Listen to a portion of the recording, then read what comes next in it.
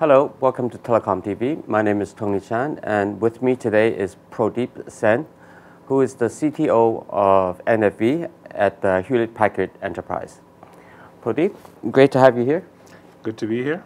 So as part of the OPNFV community, do you think that participation actually accelerates HPE's kind of integration with other vendors, perhaps integrated solutions, and ability to test the solutions with other vendors? Yes, definitely, because one of OPNFV's prime activities is the testing, is the integration, and with with different components of software. So the experience with OPNFV gives a very good base for how you do integration, how you test it out. There are different aspects of testing. There are many testing projects now which cover performance, functionality, and benchmarking recently. So all of those are very useful for tools which can be used in our own development. How does HPE prepare for 5G and the kind of solutions that you're coming up with, and where do you think NFV and virtualization come in? Yeah, so 5G is definitely not just about the radio access. So definitely there's clearly a new set of radio technologies, new speeds, new densities, new spectrum, new technology which is used there to process all of that, and that's fine. But when you look at the 5G specs and the work going on in 5G, it's much beyond that. It's really a transformation of the entire network, allowing for things like network slicing, which were never possible in the previous network. And to do that kind of thing, virtualization and the ability to use NFV and SDN is sort of critical. You cannot do network slicing, for example, if you do not have these technologies. So built into the 5G architectural approaches is the place for NFV and SDN. So I think this is a natural thing which will happen. All of the carriers who are, and vendors who are building systems, and carriers who are thinking of deploying them are considering NFV and SDN as a natural thing to use in this space. And I think that's where the promise of 5G really is. It's not that it's faster, provides the ability to handle more data, etc., and more number of devices. It's really the promise of offering new experiences to customers. And you cannot do that without a flexible infrastructure. Traditionally, mobile standards are quite closed and restricted. With 5G, it seems to me that the open source community has a big role to play in enabling the flexibility that you mentioned.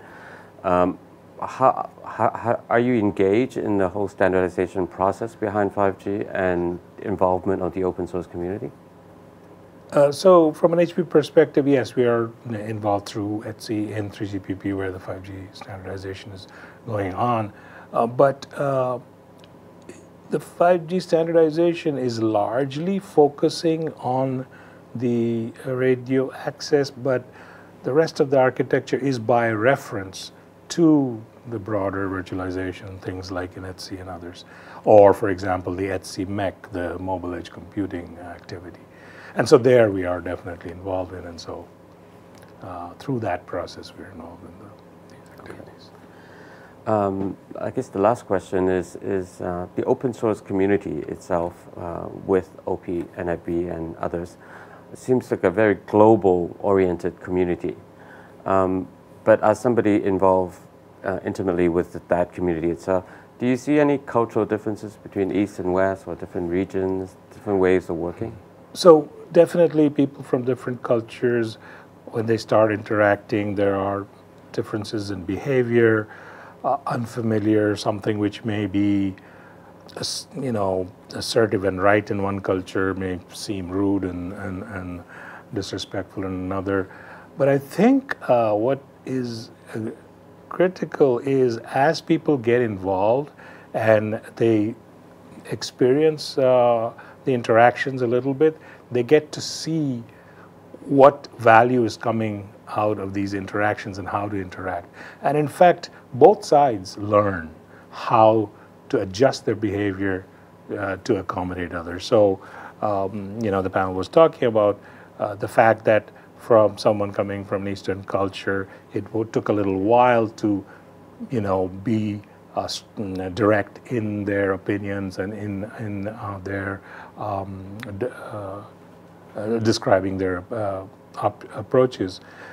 On the other side,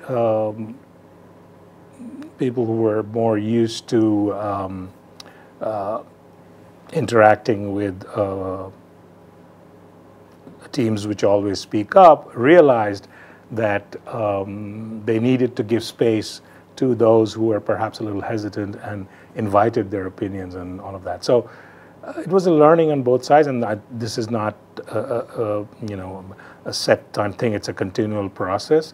But the experience seems to be have been a good experience from both sides in working in this global project, global set of projects, really. The one issue, of course, is time zones, because that can really cause a problem when you're trying to have conference calls or things between the west coast of the U.S. and or the east coast of the U.S. and China. But in general, I think people were saying that they found the community supportive and enabled them to be integrated into the community. But it is a learning process and takes a while depending on individuals. Right. Great. Thank you very much. You're welcome.